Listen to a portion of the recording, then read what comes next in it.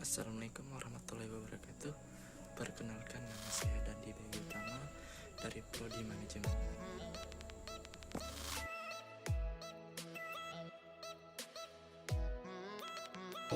Kali ini saya akan menyampaikan materi tentang paragraf dalam bahasa Indonesia. Paragraf pada dasarnya merupakan seperangkat kalimat yang saling berhubungan secara bersama dipakai untuk menyatakan atau mengembangkan suatu gagasan. Paragraf juga merupakan inti penuangan buah pikiran dalam sebuah karangan dan didukung oleh himpunan kalimat yang saling berhubungan untuk membentuk suatu gagasan. Ciri-ciri paragraf. Yang pertama, mengandung satu gagasan utama yang dijelaskan dengan beberapa pikiran penjelas. Yang kedua, pikiran penjelas yang betul-betul mendukung gagasan utama. Yang ketiga, gagasan utama dan penjelas yang dikemas dalam kalimat yang lugas dan efektif. Yang keempat, kalimat yang berkait serasi dengan kalimat yang lain dalam sebuah paragraf. Fungsi paragraf. Fungsi paragraf bagi penulis memudahkan pengertian dan pemahaman dengan menceraikan satu tema dengan tema yang lain, merupakan wadah untuk mengungkapkan sebuah ide pokok pikiran. Penulis tidak cepat lelah dalam menyelesaikan sebuah karangan dan termotivasi masuk dalam paragraf berikutnya. Fungsi paragraf bagi pembaca memisahkan, menegaskan perhentian secara wajar dan formal. Pembaca dapat dengan jelas memahami gagasan utama paragraf penulis. Pembaca dengan mudah menikmati karangan secara utuh sehingga memperoleh informasi penting dan kesan yang kondusif. Pembaca sangat tertarik dan bersemangat membaca paragraf per paragraf karena tidak membosankan atau tidak melelahkan. Jenis paragraf berdasarkan posisi kalimat topik.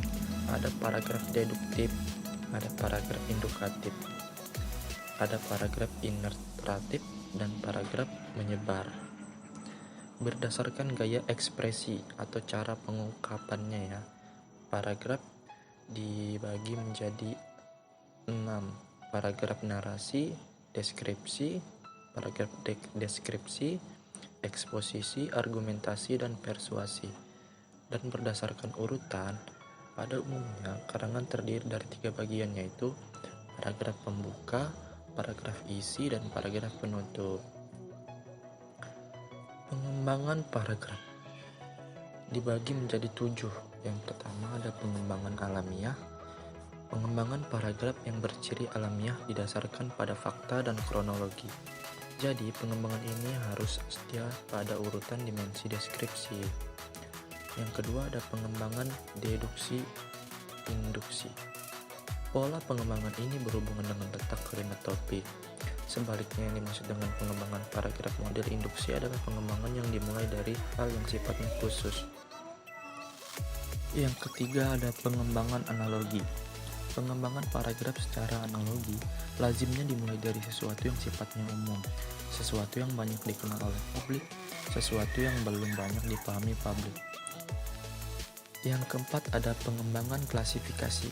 Paragraf klasifikasi adalah sebuah paragraf yang mana topik utama dikembangkan dengan mengelompokkan ke beberapa kelompok yang berdasarkan sifat atau ciri-ciri tertentu.